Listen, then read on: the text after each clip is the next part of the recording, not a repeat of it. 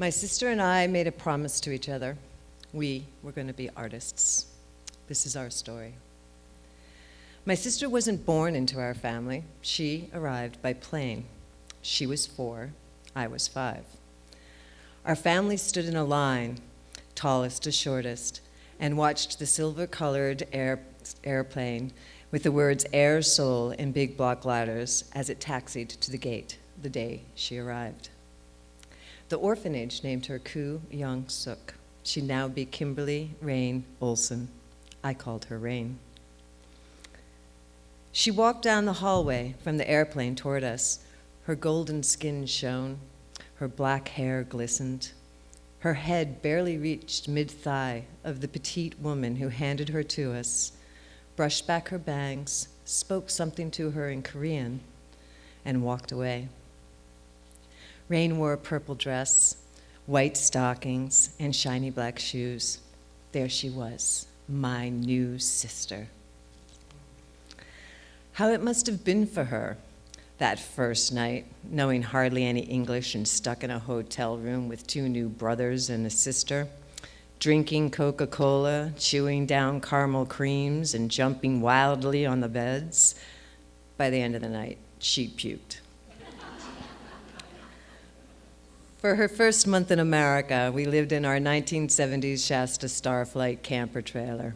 It was white with brown stripes, and it had silver wings perfectly positioned for flight. We set up camp along a lake surrounded by forested mountains. Interesting choice by our parents, but I gotta say, it worked. Rain and I were inseparable. In each other, we found a true friend and a sister.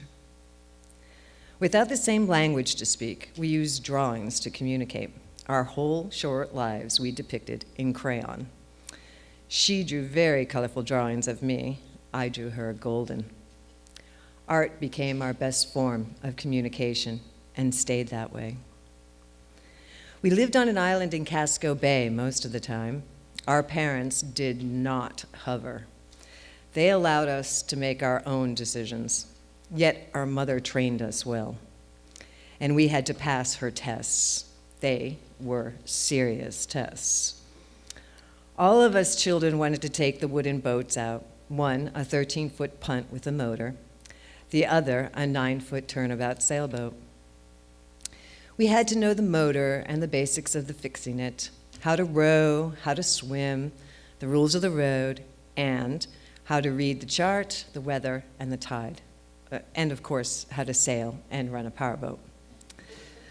We did pretty well until one day, my mother took us out what felt like a mile from shore and told us to jump in the ocean and swim to shore.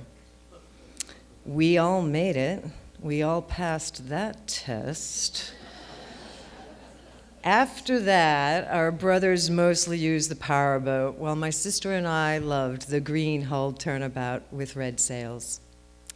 My mother says she always felt comfortable with us being out in the sailboat because she could see the little red sail from far away. We did, though, have many crazy, and I can easily say dangerous moments out sailing, but it taught us so much, and we became seriously brave girls. In our 20s, we discovered rock and roll. We created dreams for ourselves, and we followed them. We worked hard, me waitressing, and Rain at a hotel while we were both still in school. We decided to take a break from college. We went to Ireland, Scotland, England, and France for a total of 8 months. We traveled mostly by bike and slept in our tent or at hostels, which some of the hostels were in rundown but usable castles. So we actually got to sleep in castles. How awesome was that? And it was cheap.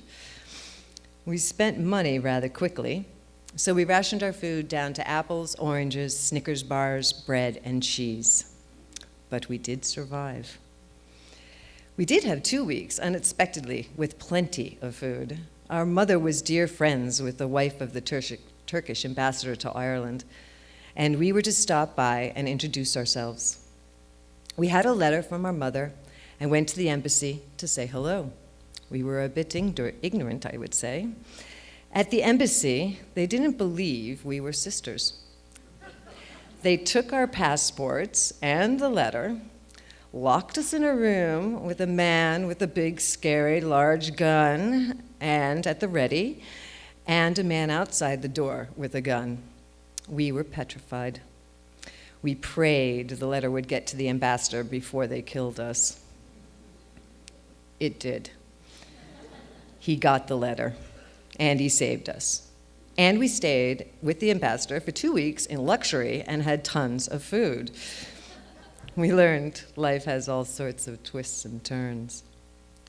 During our travels, the museums, the ancient architecture, the foreign accents, the kind people, the artists we met, the street musicians, the pubs where there was always singing, we found the glory of art everywhere.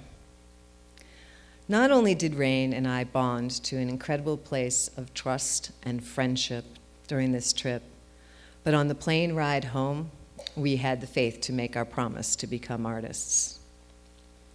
When we got home, Rain changed colleges and went for a degree at Rhode Island School of Design. I took a different route and worked for money doing various jobs and created art. We turned into starving artists for sure, but we carried on. And then, when she was 31, my sister departed.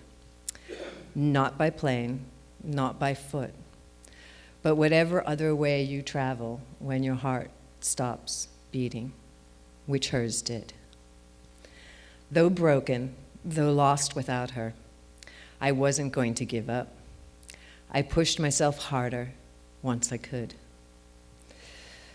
She was why I see this world with such beauty, why I create with the knowledge of knowing what love means and how you can give it away, how you can express uniquely what you care about, and how you can care about what you do, and how you can communicate without words. I am inspired by Rain to be my better self, and I've learned how to be brave. I am an artist, and I have kept my promise to Rain.